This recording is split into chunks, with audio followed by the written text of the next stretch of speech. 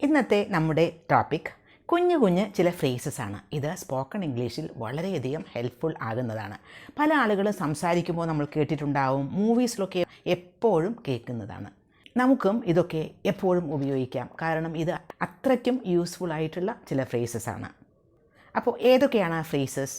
At once, all at once, for once, once over, once and for all, once again, just this once, once too often.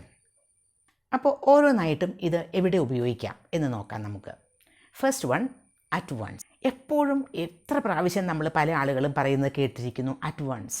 At once എന്ന് പറഞ്ഞാൽ immediately, without delay, ഒരു താമസവും കൂടാതെ ഉടനെ എന്ന് പറയില്ലേ, അതാണ് at once. Come here at once, ഇപ്പോൾ തന്നെ ഇങ്ങോട്ട് വരൂ, ഉടനെ തന്നെ ഇങ്ങോട്ട് വരൂ. Come here at once. She realised at once that something was wrong. She realised at once that something was wrong.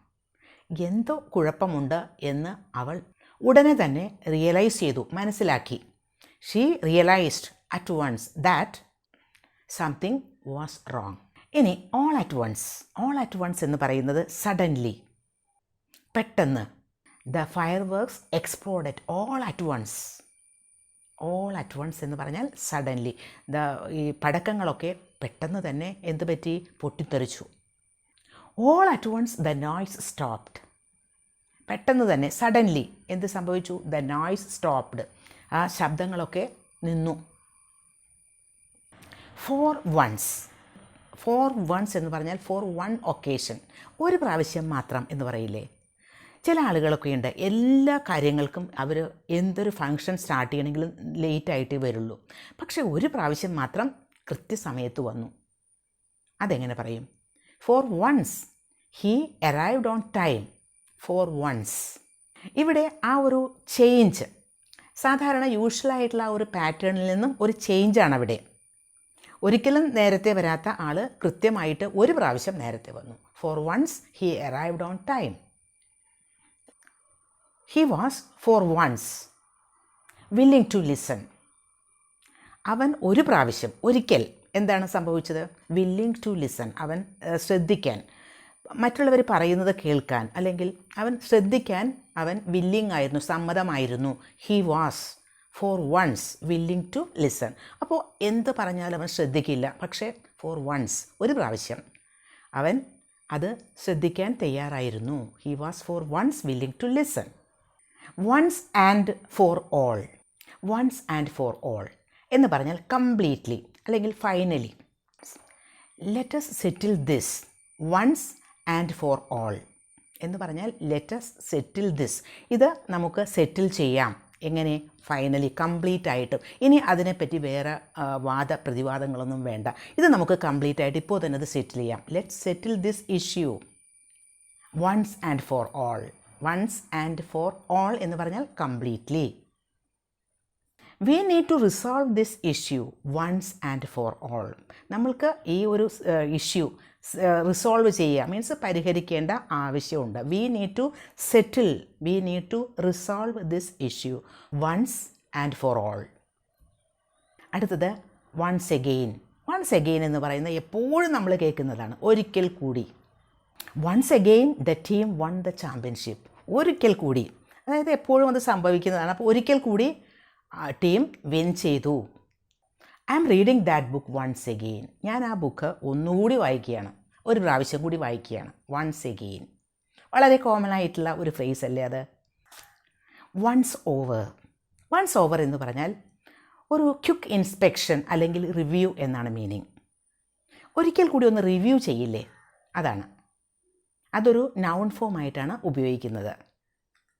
Take a once over at the contract before signing. Sign ചെയ്യുന്നതിന് മുൻപ് ആ ഒരു കോൺട്രാക്റ്റ് ഒന്നുകൂടി ഒന്ന് review ചെയ്യൂ എന്നാണ്. ഒന്നുകൂടി ഒരു ഇൻസ്പെക്ഷൻ നടത്തൂ, ഒന്നുകൂടി ഒന്ന് റിവ്യൂ ചെയ്യൂ എന്നാണ്. Once over. The editor gave the article once over for grammar mistakes. Editor എന്താ ചെയ്തത്? ഒരു വൺസ് ഓവർ നടത്തി എന്ന് പറഞ്ഞാൽ ഒരു റിവ്യൂ നടത്തി, ഒന്നുകൂടി അതൊന്ന് ചെക്ക് ചെയ്തു, ഒരു ഇൻസ്പെക്ഷൻ നടത്തി. ഫോർ ഗ്രാമർ മിസ്റ്റേക്സ് എന്തെങ്കിലും ഉണ്ടോ എന്ന് നോക്കുന്നതിന് വേണ്ടി. അടുത്തത് ജസ്റ്റ് ദിസ് വൺസ് എന്ന് പറഞ്ഞാൽ only this time, ഈ ഒരു പ്രാവശ്യം മാത്രം. Can I borrow this car just this once എന്ന് ചോദിച്ചാൽ ഈ ഒരു പ്രാവശ്യം എനിക്ക് ഈ കാർ ഒന്ന് ബോറോ ചെയ്യാൻ പറ്റുമോ എന്നാണ്. Can I borrow this car just this once. Let's break the rules just this once.